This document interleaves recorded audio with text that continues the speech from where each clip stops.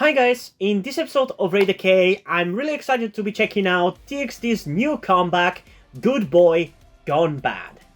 And it seems like at this point TXT has solidified themselves as a group that does edgy concepts, because I feel like out of the last 3 or 4 songs that they've done, they've all been leaning towards edgy stuff. Like ever since Can't You See Me, they've really leaned into that edgy stuff, with some other stuff in between, sure. But for the most part, they've really gone into the edgy direction, and I'm honestly here for it. I love it. I really do. And I'm really excited to see how I'm gonna feel about this song. There's part of me that is a little worried that I'm actually not gonna like it as much as I wish I will. Especially because groups which I usually consider my favorite and that I enjoy the most, like Stray Kids, Dreamcatcher, this year I've kind of felt weird about their most recent releases, to the point where it's not that they necessarily have been bad, but they've just been very different from what they've been releasing until this point, and I just don't know how really to feel about that. So there's a little bit of a worry in the back of my head that TXT's Good Boy Gone Bad is gonna end up being in the same situation, but let's hope it won't. But again, there's only one way to find out, so without further ado, let's get into the song and see how I'm gonna feel about it in 3, 2, 1.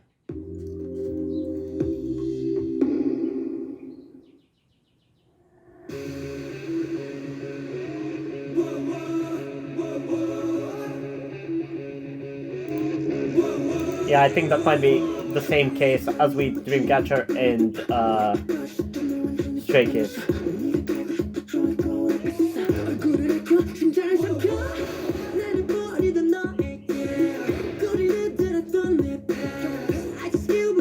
Because it does sound very different from their normal stuff.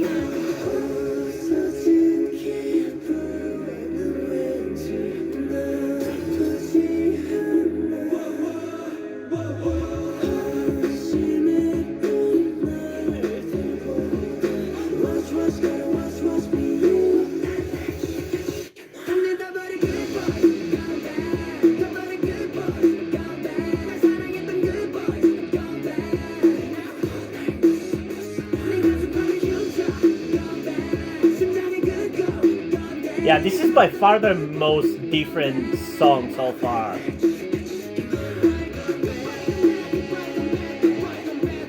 Honestly, this sounds more like a Stray Kids song.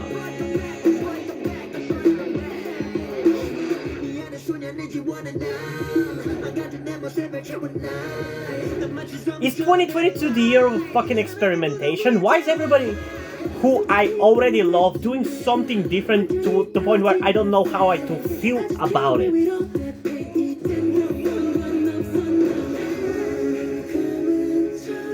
And I guess it is par for the course that this song sounds like a Stray Kids song, considering Stray Kids' song sounded like 80s song, and Dreamcatcher's recent comeback sounded like an Everglow song. I'm really curious what Everglow and 80s comebacks are gonna sound like at this point.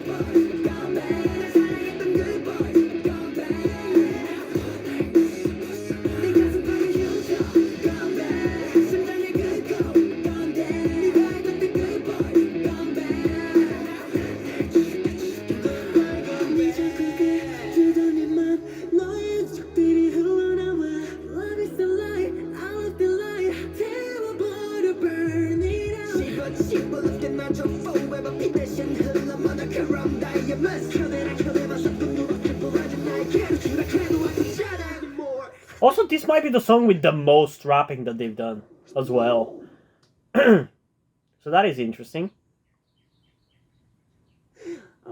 Ooh, that face.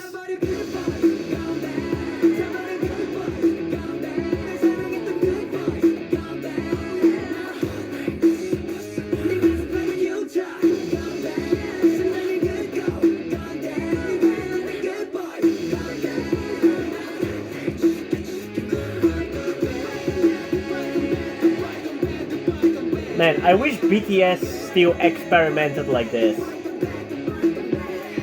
think this might be their coolest comeback in a while. And I'm going to explain what I mean by that in a second.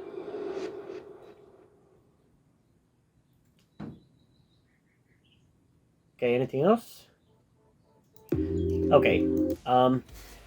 So what I mean by the coolest comeback in a while, considering that I've liked a lot of their, I mean, I've liked almost every single one of their songs. There's only like one song which I didn't like, which was the one very cutesy and with a very pink heavy music video. It's the one song of theirs that I haven't liked. But what I mean by this being the most interesting is that even something like Love Song was a good song, but the music video wasn't like super exciting or anything. It fits with the song, don't get me wrong, but it's not like a good looking or impactful or energetic music video. This one might be my favorite music video of theirs, actually. It kind of reminds me of BTS a little bit back when they were really good. Or, like I said, Stray Kids, because this song definitely sounds like a Stray Kids song to me. It really feels like it. And it's so fucking weird, like I said. Stray Kids' Maniac to me, like, this song, the way I feel about this song, is kind of similar to how I felt about Stray Kids' recent song or Dreamcatcher's recent song. And there's probably part of me that is kind of forcing that comparison a little bit, but you cannot deny that all these three groups' comebacks this year have been different from what they've done until this point. It feels abnormal, the way the songs sound and the way they are structured. And it's just that in my head, when I think about what if this group was doing this song, it just feels like it fits more, you know? Because like when I listened to Stray Kids' Maniac and thought about, okay, can you imagine 80s doing this song? And I'm like, yes. Yeah, I can actually imagine exactly who will get each part in the song and how it would actually sound. It really feels like that song was meant to be for 80s. With Dreamcatcher's Mason, it feels like it easily could have been Everglow's song. And it wouldn't fit more. And in the case of this song, it doesn't really follow any of the quirks or formulas that TXT has. It's the most rap-heavy song that they've done until this point, in my opinion. And it just fits the typical quirks and formula that Stray Kids does. I don't know, man. At this point, I guess that means that whenever 80s comes back, their music is probably gonna sound like TXT potentially, or maybe, who knows, maybe they're gonna sound like some other group of mine, favorite group of mine, like Ace or MC&D. Maybe they're gonna sound like them. And whenever Everglow comes back, they're probably gonna sound like fucking ITZY or some shit. I don't know why that shit happens this year. This year, I've just been instantly in love with so many groups' songs that I haven't listened to before. Like, groups that I haven't listened to before. Well, for the groups that I am a huge fan of, I've been just weirded out and confused because their songs have been so abnormal compared to what they've been doing until this point. So yeah, I think it's safe to say that I like this song, but it just doesn't feel right for this song to come from TXT.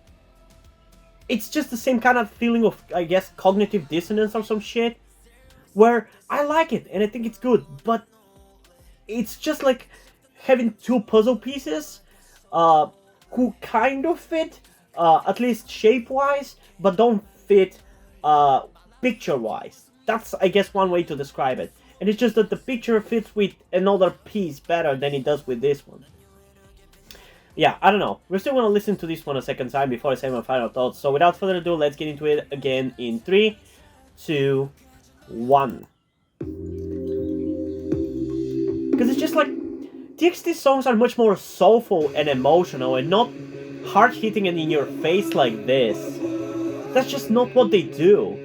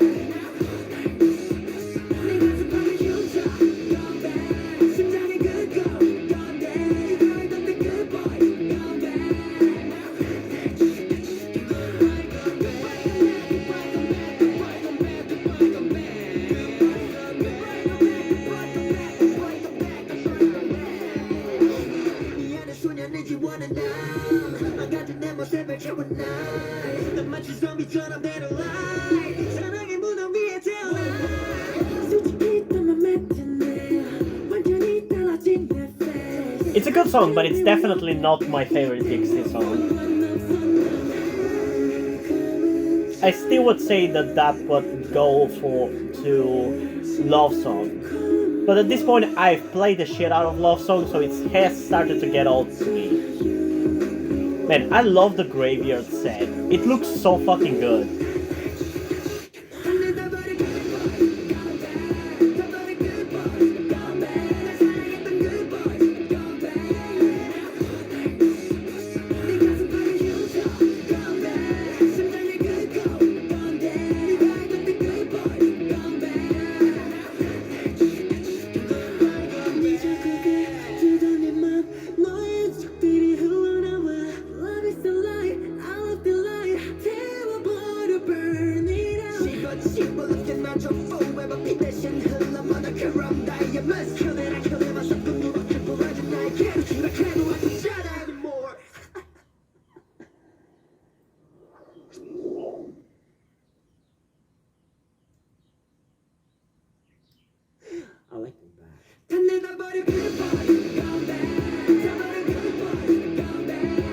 That choreo is sick though.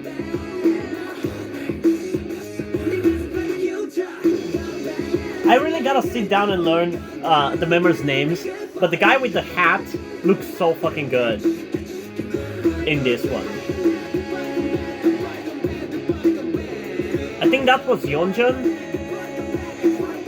Like, I know their names, I just haven't exactly connected it to all their faces.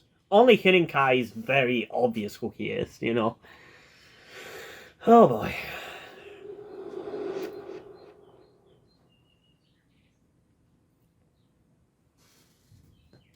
Okay. So yeah, like I said, I am really into this one. I really enjoy it. I think it's really good. But it's very different from what TXT has done until this point. It doesn't really feel like it has the depth that TXT's usual songs have. Like the depth and emotion and soulfulness that TXT's music usually has. But I like it still. It's still a good song. It's just that it's kind of different from what I usually expect from TXT, and that just kind of weirds me out and confuses me. And it makes me confused about how to feel about this. And I'm kind of curious how I'm going to feel about the B-sides of this album. But at this point, I don't know if I really want to react to B-sides of TXT for several reasons, actually. But first one is because last time I used any TXT song, which was for my top list of songs for 2021, my video got blocked unfairly, I would say. And I kind of vowed that I was never going to be doing a reaction to B-sides from either TXT or ENHYPEN, because I'm pretty sure that once before, when I was reacting to TXT's B-sides, my video still got blocked for whatever dumb reason, because HYBE are fucking assholes and fuck that company. I hate it so much. I wish it would fall apart, honestly. But I'm curious to see whether my reaction, or at least my opinions about the B-sides of this comeback are gonna be in any way similar to what I felt about either Stray Kids' B-sides in their recent comeback or Dreamcatcher's B-sides in their recent comeback. Because there doesn't seem to be much of a pattern with the B-sides as there is with the title tracks for those three groups. But yeah, the thing is though, at the very least, that it confirms that there is gonna be a pattern with all of the groups that I'm a huge fan of and their comebacks this year. Now, like I said, I'm really curious what 80s and Everglow's comebacks this year are gonna sound like to me. But yeah, in terms of a rating for this song, I guess I'm gonna go with like a 9.4 out of 10. I still feel like it wasn't necessarily as good as it could have been, but I still really like it. It's very impactful, it's very in your face, very unlike TXT, but still very much in your face, and I really enjoyed that about it. But I feel like it wasn't as heavy as it could have been, if that makes any sense, because usually TXT's songs are very heavy, and this one doesn't really have that. But yeah, what did you guys think about this song? Comment your thoughts down below and let's have a discussion about it. And also, before we end this video, I just want to give a huge shout out to my currently one patron on Patreon, Deadpool. Thank you for your support, I really appreciate it. It really means a lot to me that you have decided to support me, you have continued to support me for such a long time. I hope you continue to enjoy my content and continue to support me going forward. Thank you very much.